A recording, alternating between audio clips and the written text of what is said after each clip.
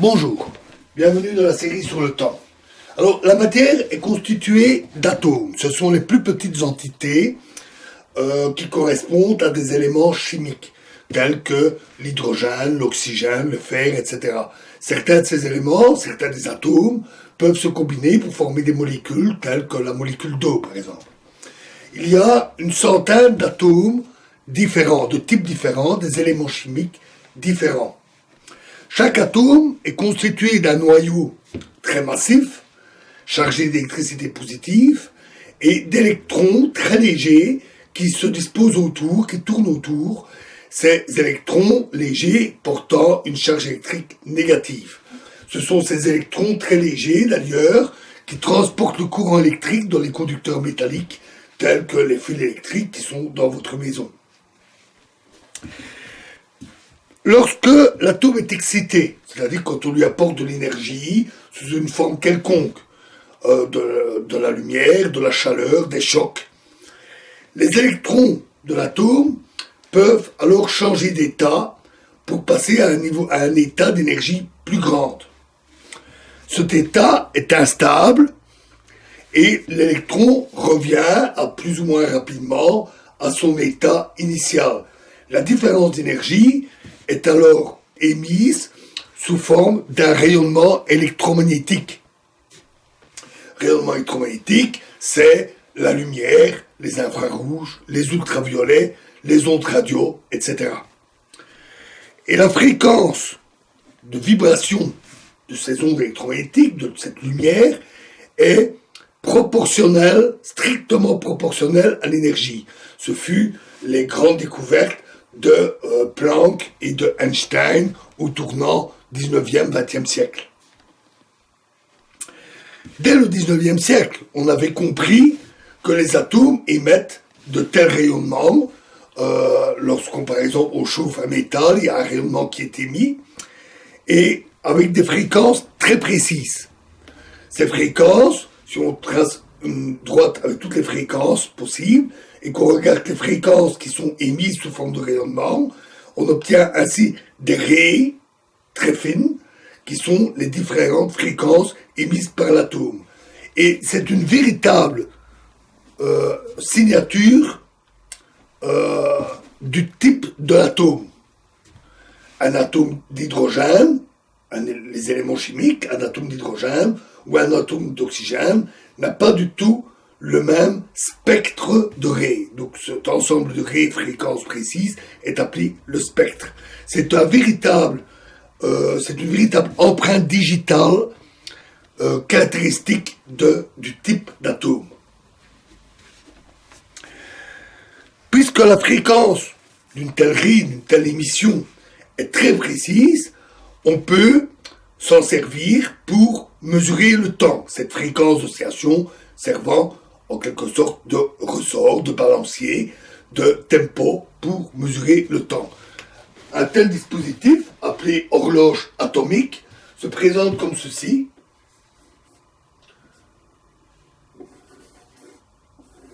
Alors, je vais expliquer, bien entendu.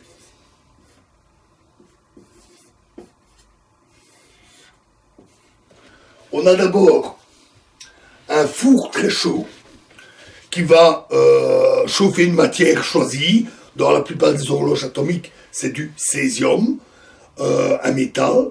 Les atomes de césium sont alors émis par évaporation sous forme d'un gaz et à l'aide d'un dispositif donné, ils sont propulsés, formant un jet d'atomes qui pénètrent dans une cavité et ressortent, puis sont récupérés ou perdus. Et cette cavité est appelée une cavité résonante, une cavité électromagnétique résonante. Elle est métallique, les ondes électromagnétiques rebondissent sur sa surface et avec des fréquences caractéristiques, ce qui permet de faciliter la transition des atomes pour que les atomes excités retombent dans leur état de base. Le dispositif ici va détecter ces ondes émises et va mesurer leur fréquence qui sert alors à piloter une horloge à quartz de très haute précision, très haute qualité. Donc, l'horloge à quartz est déjà très précise, mais est pilotée par la fréquence mesurée par la cavité. Le signal est renvoyé à la cavité de façon à l'ajuster pour qu'elle corresponde au mieux aux fréquences de transition. C'est une rétroaction. Et un signal d'horloge sort alors du dispositif électronique. La précision d'une horloge atomique est de l'ordre du millionième de milliardième de seconde. C'est donc très très précis. Et elles peuvent dériver, donc avancer ou retarder, mais de moins d'une seconde par million d'années. C'est donc vraiment des horloges d'une très grande précision et d'une très grande stabilité.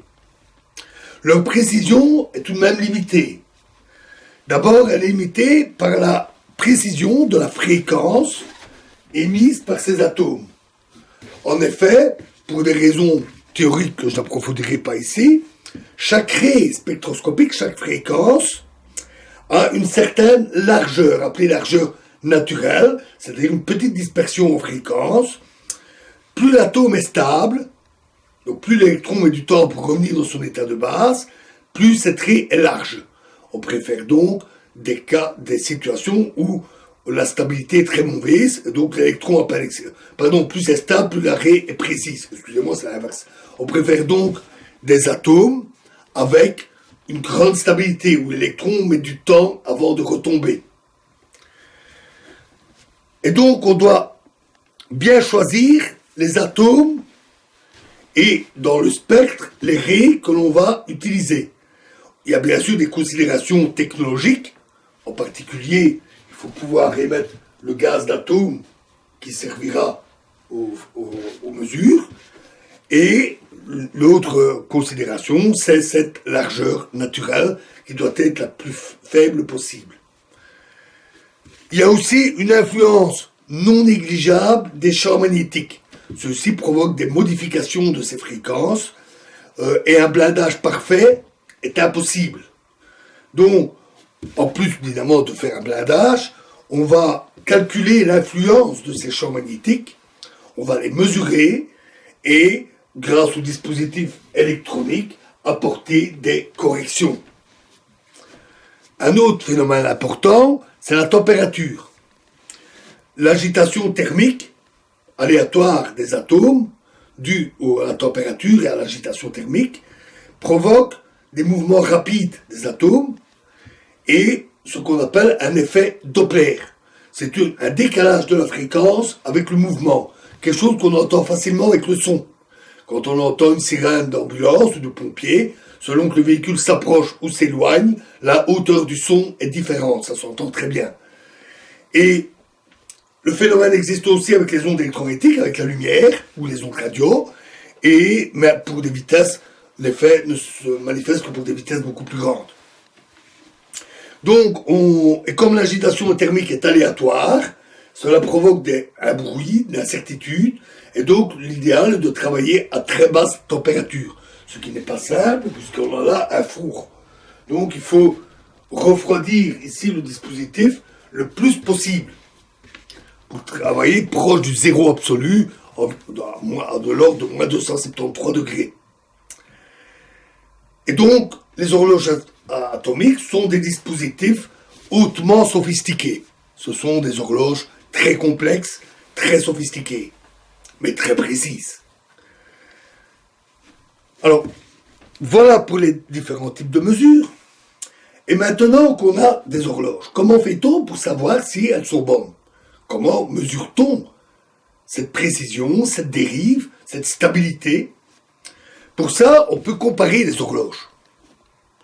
Ainsi, si on compare deux horloges, l'une des deux peut très bien fortement retarder ou avancer. Mais comment sait-on laquelle des deux horloges est la bonne? Laquelle donne la bonne heure, laquelle dérive? Qu'est-ce qu'une bonne mesure? Après tout, la valeur T, c'est juste une étiquette, rappelons-nous. Une étiquette qu'on colle aux événements. Si l'horloge H donnée mesure T, On peut avoir aussi une horloge A' qui mesure T', avec T' est égal à une fonction de T, donc une fonction bien déterminée, mais quelconque. Donc deux horloges pourraient avoir des valeurs différentes. C'est un peu gênant, bien sûr, si on ne connaît pas les fonctions. En tout cas, l'arbitraire existe.